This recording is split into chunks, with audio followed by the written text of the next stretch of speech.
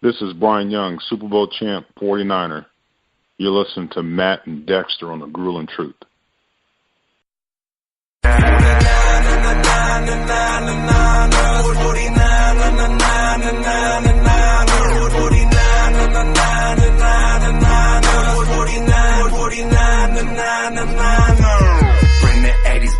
Welcome, everybody, to the 49ers Weekly Show on the Grueling Truth Sports Network, brought to you by Replenishing Care Technologies, the future in sports medicine.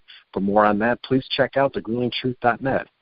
I'm your host, Matt Andruscavage. I'd like to welcome in my co-host, former 49ers running back, Dexter Carter. Good to be back with you again, my man. Another week, a hard-fought loss, but saw some good things happening, and hopefully have another good fight this week. Yeah, we're already getting close to week 5. Football seasons are, cruising by, and these things go pretty fast. And, it seems like, when you watch the game, I thought the Niners played pretty tough. And so we'll have a lot to talk about. So it was a tough loss, but I did see some good things. And so hopefully we'll be able to turn it around and get a win this week. Absolutely. It was a fight between, two teams that really needed, a victory, and unfortunately for the 49ers, San Diego came out on top. But Beathard really did a tremendous job, in my opinion, battling the entire game and, statistically having a good game and throwing the ball quite well. So if he can continue to show that type of performance, and get that running game continued, with Breida and Alfred Morris, and give themselves a chance to, win ball games. Anytime you give yourself a chance to win, that's a good thing. So, another week this week going against a team that won, kind of like San Diego. They need to win a game. So if Beathard can come out with that type of performance and the receivers step up and the running game gets going, maybe they can outduel and outscore, the Arizona Cardinals, but it will be a difficult task at hand. Yeah, I thought C.J. Beathard played really well. In fact, you know what? I was going to save this for later, but we'll just start it out right now. I'm going to give a shout-out to my buddy Joe. My buddy Joe, known him for about 5 years now, big Iowa fan. And I think I told you a little bit about him while we were off air. And he was a little disappointed that we were not giving CJ enough props. And I think he is very much, I don't want to say in love, but Joe will know what I mean. He really he's really remembering Iowa CJ. And I thought CJ played good last year, and we've never bashed CJ.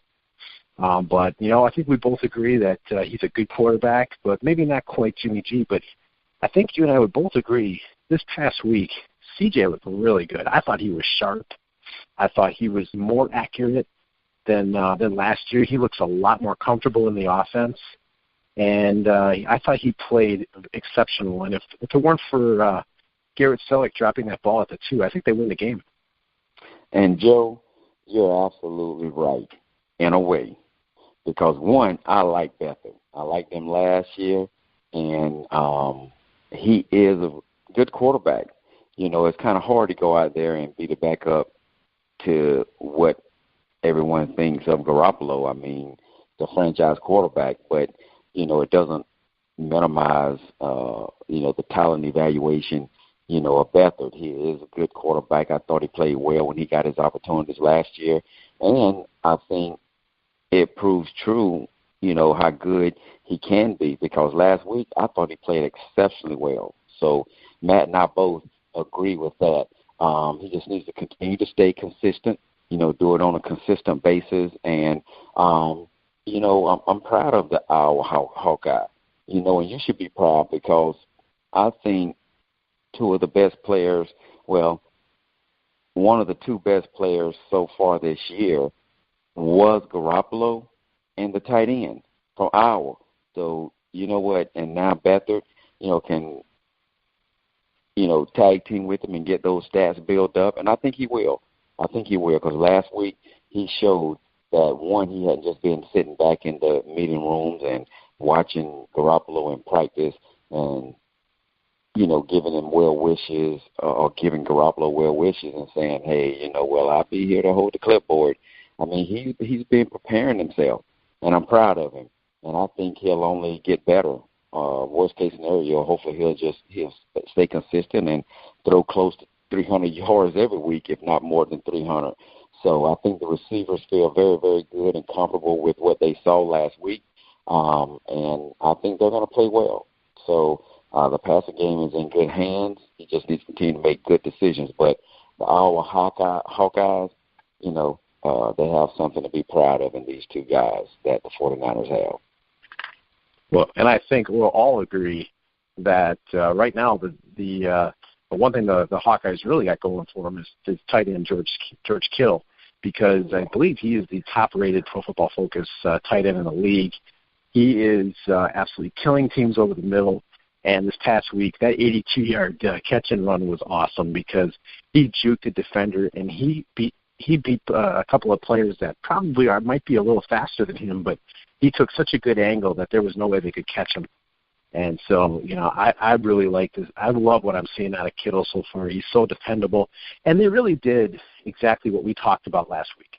We talked about how, it's tough for when a backup comes in, a lot of times the best thing to do is to start throwing to the tight end, get some confidence by throwing some short passes over the middle, dump some passes out to the running backs, and then build from there. And that seemed to be like what they did last week. And then he was able to make some really good plays to Pierre Garçon. So I liked what I saw out of Beathard. I love what I'm seeing out of Kittle. And, hopefully they can just take it up to the next level this week.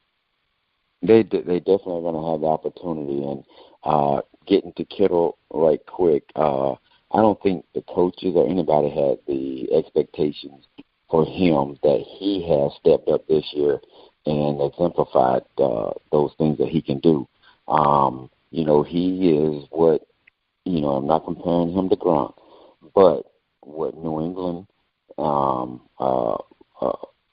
what they like that Gronk can do and the impact he has on a game, I'm telling you, Kittle, he has that effect to me. He's only going to get better. When you have that tight end playing the way that Kittle is, it opens up things in that mid area of the field and deep area. So I think the Beathard's going to come in and do what he did last week. He saw what Garoppolo was doing, spreading the ball around, and never forgetting about that tight end, though. You keep that tight end in the game plan, getting the ball to him, you open up those other areas of the field. So the passing game is in good hands, and the running game is going to continue to get better too. So I think Beathard's going to continue to improve and develop and show, how good he is and that he is more than a quality backup, But it's nice to have somebody, like him that can come in and play after 2 weeks? I think 2 weeks that Garoppolo was hurt, and to have that type of performance. So it should give some excitement to the 49er faithful out there.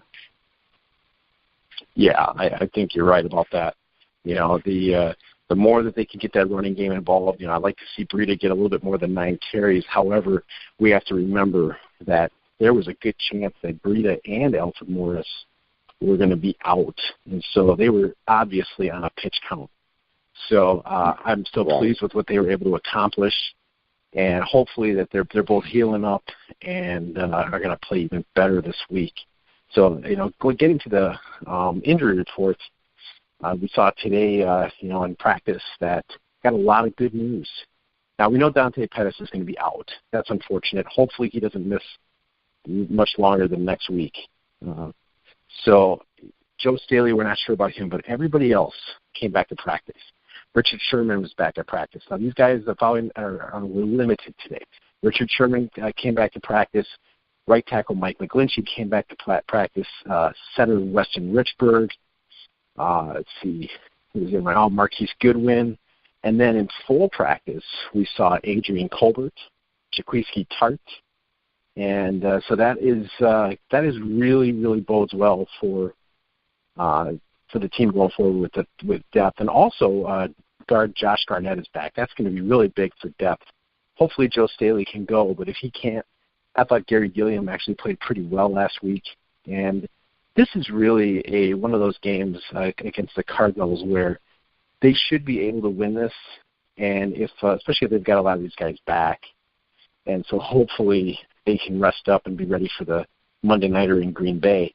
But this is a very winnable game. So but before we get there, I want to talk a little bit about the injuries, but we talked about a few things that we liked. I also thought that Exum was a nice that was kind of nice being with all these guys being out in the secondary. Seeing Exum come up with a pick six to start off the game was really nice. I thought they found some of their depth in the secondary, which was good. So there were definitely some things that we liked about the game. I thought the Niners played pretty well, getting points on the board, and especially early on, getting to Phillip Rivers, that kind of stuff. But they obviously had some trouble stopping Rivers. But so we did see a lot of things that we liked. But what were some of the things that we didn't like? What did you see out there? Well, I think we have to continue to show up the offensive line protection of the quarterback. Although Beathard did throw extremely well, they've got to continue to improve that area of protecting the quarterback. And then, having key drops at the most inopportune times, is one of those things that, when the drive is going well and then you have a drop ball or, you're going into the end zone, possibly, for a first down or a touchdown and you drop the ball, that just takes air out your sails. And that kind of thing, everybody can't be perfect and 100%, but you cannot have drops at those times when you need a play. And unfortunately, we had that this past week. So if we can shore up those two things and be more consistent, then we'll continue to have better production offensively. Run game is still consistently doing, pretty well.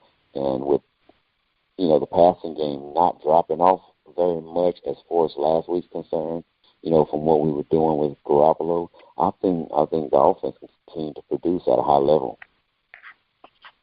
Yeah, that's absolutely right. The offense, I thought, played pretty well, getting 27 points. They definitely left points on the board, but they had their chances, and so I like the fact that they were competitive, getting a bunch of points. But I'm going to probably, for me on the dislikes, I'm going to go on the defensive side of the ball. Tackling has got to get better. There's just no way around it. The pass rush is just really not there. It was better earlier in the season, and now it's just they're really struggling to get consistent pass rush. But, when they're running the ball or these wide receivers are making short catches, the Niners right now are not wrapping up. Reuben Foster had missed tackles. I didn't think that was going to happen, but, he's obviously got a little bit of rust on him or something. But it's just too many missed tackles. You can just see, Melvin Gordon was breaking tackles, and he's a good back, but you still got to wrap up. And you can't just keep going for the ball. You can't do that sort of thing. You got to wrap up. You got to find a way to make those tackles because it's just killing them right now. They're not getting off the field. It's rough. Yes, absolutely, and those two things are very critical this week because one, you got a David Johnson coming in, who is, if you put aside that he's unfortunately getting injured too much, he's one of the best backs in the league. And if he can stay healthy, it's no doubt in my mind he'll prove that he's one of the top 5 backs in the league. Then, that pass rush has got to get to Josh Rosen because, one, he's one of, in my opinion, based on what I saw of him in college, very intelligent, very poised, and I think throws the ball extremely well. And I think he's going to bring a lot of excitement, and I think he's going to bring to the table what Arizona needs right now. And if you don't get to him, I think he's going to sit back there and intellectually pick you apart. I think he has that capability. So those two areas that you mentioned, I think are very vital this week, and to not go lacking, because if they do, it could be another L, for the 49ers. Yeah, I think we definitely covered some of the key things from the Chargers game. I think they've learned some good lessons out of this, but up to this point, they've been in, even when they've struggled, they've fought back, and they've been in every game. The Vikings game, they only lost by 8 points. They left 28 points on the board. The Chiefs game, they were down 35-7. They came all the way back. They were within one bad call of making that 38-31 with like 7 minutes to go. Jimmy Garoppolo doesn't get hurt, and they get that call. You never know what happens there. And then this past week, they were struggling against the Chargers. They came back, and they're one drop pass away from probably winning that game.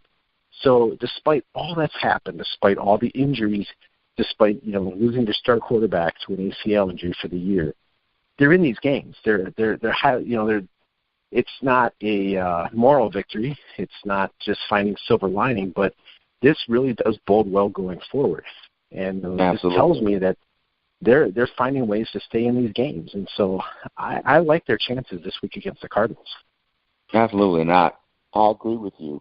And I'm going to jump forward quite a bit, but I'm going to tell you what I see. I don't expect all of a sudden what we expected, 49er team with Garoppolo at the head, of this offense and of this team, the leadership that he has. I thought they definitely will be fighting for a playoff spot, and once playoffs come, anything can happen.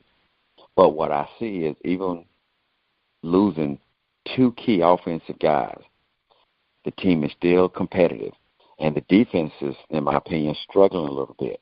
Okay, one, Foster needs to, get the rust out. Sherman, is injured a little bit, but they're still losing games by not a very large margin.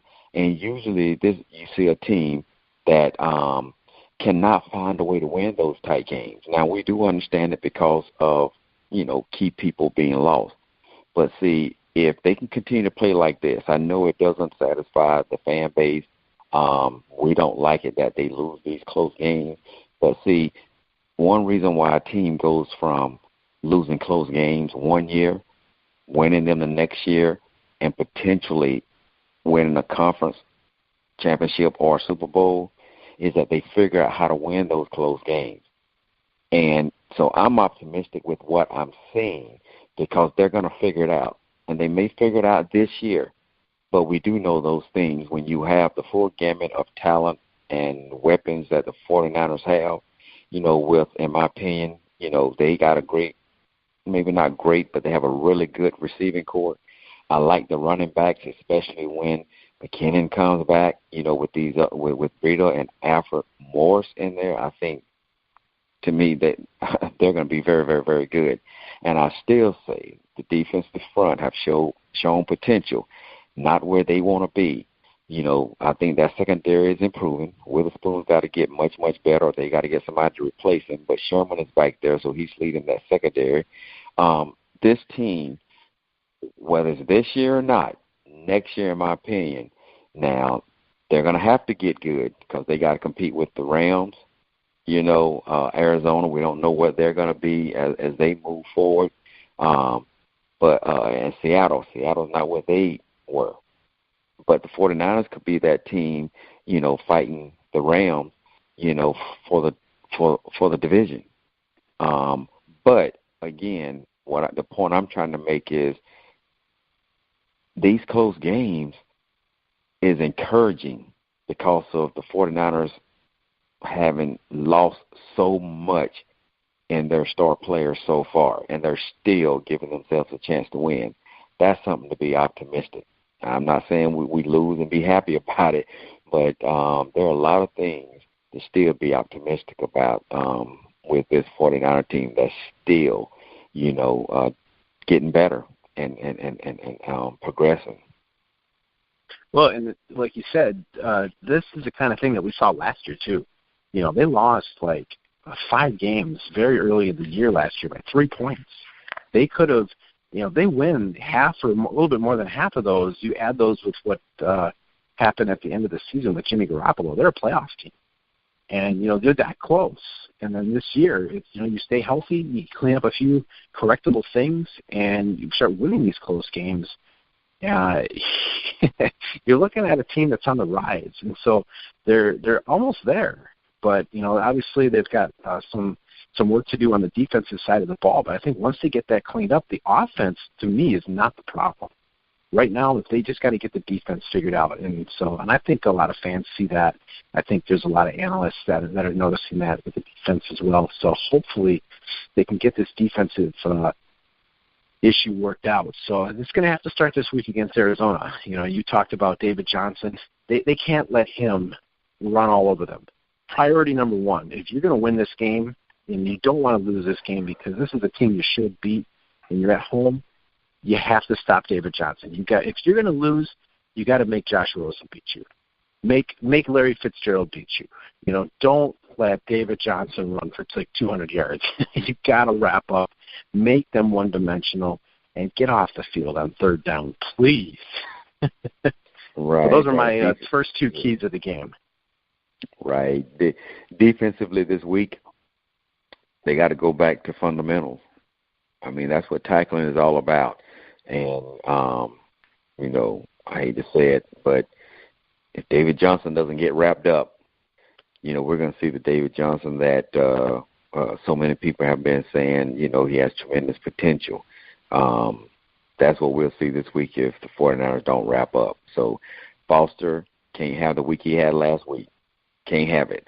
And the defensive front has got to rise up, put pressure on Rosen, to be able to put them in difficult third down conversion opportunities, get the ball, back for their offense, and let Beathard continue to do what he's doing, and he's producing offensively. So I think that would bode well for this offense and this team if the defense can pick it up and do what they're supposed to this week. Yeah, I think so. I think if the defense can play better, if they can get a pass rush, if they can wrap up these tackles, I really think the offense is going to be fine. They see C.J. Beathard playing pretty well again. I see them having a better chance of running the football this week. I can see if Goodwin's on the field, that changes a lot of stuff because I think Patrick Peterson probably goes with him, and then everything else opens up underneath. You can go to Garcon, you can go to Trent Taylor. We were talking about Kendrick Bourne off the air. Kendrick Bourne is a very viable wide receiver threat in this offense. He's got quickness, he's got good hands, and he's one of these guys that can make an impact. While Dante Pettis is out, so they've got so many guys they can throw to. And Kyle Juszczyk is a real problem for defenses as well. He's always making contributions in the passing game. So we're hoping to see the offense that we've seen so far pretty much all year. If they show up, I see them scoring probably close to 27 to 30 points again, and I don't think Arizona is going to be able to score that as long as the defense can get a better performance and not let David Johnson just kill them. So I see good things happening this week, so especially with a lot of guys coming back from injury. Yeah, I think 20-plus points is definitely within the realm of what the 49ers are capable of, especially with the continual development of additional receivers more than what we thought before. I think it's going to do a great, service to that offense, to continue to spread the ball around. And I think, again, they're going to have one of the best receiving corps that any NFL team can have by the time the season ends. It just will determine whether those performances will allow 49ers to win those close games instead of losing them. But they're definitely developing a very, very nice, complete offensive receiving unit, running back unit, and, of course, Beathard's continuing to do what he does. So the offensive line just got to continue to protect, and that would make the difference. Yep. So, yeah, I'm with you. I see a lot of good things happening for this offense, a lot of good things happening for this receiving corps. I'd like to see Pierre Garcon get his first touchdown as a 49er this week. He's had a couple opportunities. One of them, I remember he dropped against Minnesota, which was kind of shocking for me because the guy just doesn't drop passes, but he had some struggles early in the season. But it was nice to see he made some good grabs this past week against San Diego, and he's still a dependable wide receiver in this offense, especially with Goodwin on the outside. So if they can keep that up and Kittle's giving them problems over the middle, I really see them putting up points. I don't see the Cardinals really being able to stop them unless, there's some kind of like a freak play where, like there's a sack and a fumble or something like that. I don't see Beathard making a lot of mistakes in this game, and if they get off to a lead, I think they will run the ball a lot more this week than they did last week. Right. I think both running games for both teams are going to be very good. I think it's going to depend on the defenses that they go, up against. I think 49ers will have an opportunity to run the ball against Arizona's defense better than Arizona running the ball against us. Now, that's I already bragged about David Johnson, but I'm being optimistic and hoping that Foster ups his game and the defensive front, plugs those holes. And if that happens, then I think the passing game for the 49ers are going to outplay the passing game of Arizona. Yeah, I think so too. I think with Richard Sherman back, it just bodes well for the other guys. Hopefully Akilla Witherspoon can step up. But overall, I think we both agree. I think we like what we're seeing so far out of both the offense and the defense. For sure the offense, and we like their chances to get a little bit better on defense this week. So I'm with you. I think we're hopefully going to be looking good this week. Yes. Now this is one of those games.